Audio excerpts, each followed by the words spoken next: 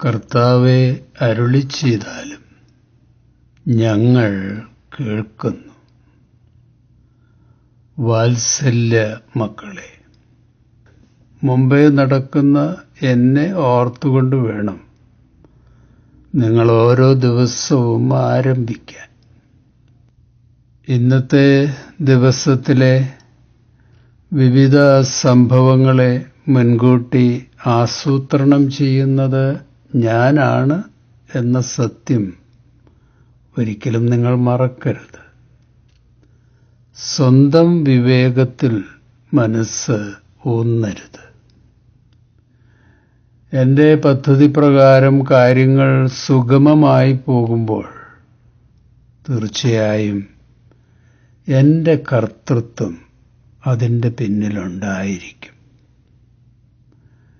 ചില ദിവസങ്ങളിൽ നിന്റെ പദ്ധതികൾ തടസ്സപ്പെടുകയും തകിടം മറിയുമൊക്കെ ചെയ്തേക്കാം. നിരാശപ്പെടരുത്.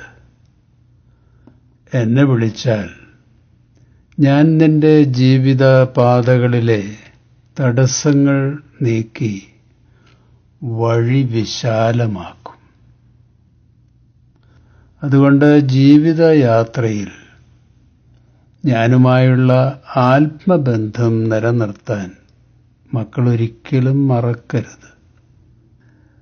നിങ്ങൾ തിരഞ്ഞെടുക്കുന്ന വഴികളേക്കാൾ സുരക്ഷിതമായിരിക്കും ഞാൻ ഒരുക്കുന്ന വഴികൾ. നാളത്തെ വഴികളെപ്പറ്റി ആലോചിച്ച് വെറുതെ മക്കൾ വ്യാകുലപ്പെടരുത്. എല്ലാം നന്മയ്ക്കായി ഞാൻ രൂപാന്തരപ്പെടുത്തുമെന്ന് ഉറച്ചു വിശ്വസിച്ചോളൂ.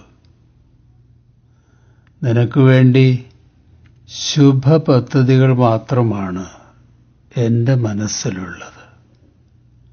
പിന്നെ എന്തിനാണ് കുഞ്ഞെ നീ വ്യാകുലപ്പെടുന്നത്? യെശയ്യാപ്രവചനം 55-ാം അധ്യായം. കർത്താവ് അരുളിച്ചെയ്യുന്നു, എൻ്റെ ചിന്തകൾ നിങ്ങളുടേതുപോലെയല്ല, നിങ്ങളുടെ വഴികൾ എൻ്റേതുപോലെയുമല്ല. ആകാശം ഭൂമിയേക്കാൾ ഉയർന്നു നിൽക്കുന്നു. അതുപോലെ എൻ്റെ വഴികളും ചിന്തകളും നിങ്ങളുടേതിനേക്കാൾ ഉന്നതമത്രേ.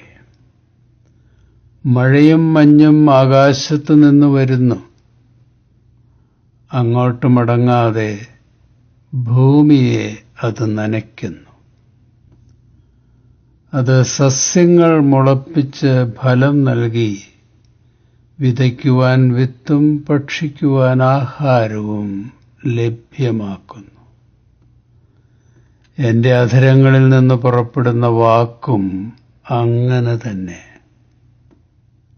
ഫലരഹിതമായി അത് തിരിച്ചു വരില്ല. എൻ്റെ ഉദ്ദേശം അത് നിറവേറ്റും. ഞാൻ ഏൽപ്പിക്കുന്ന കാര്യം വിജയപ്രദമായി അത് ചെയ്യും. ഈ തിരുവചനങ്ങളാൽ ദൈവം ഇന്നേ ദിവസം നമ്മെ ശക്തിപ്പെടുത്തട്ടെ. ശുഭാശംസകളോടെ എ.പി. ജോർജച്ചൻ.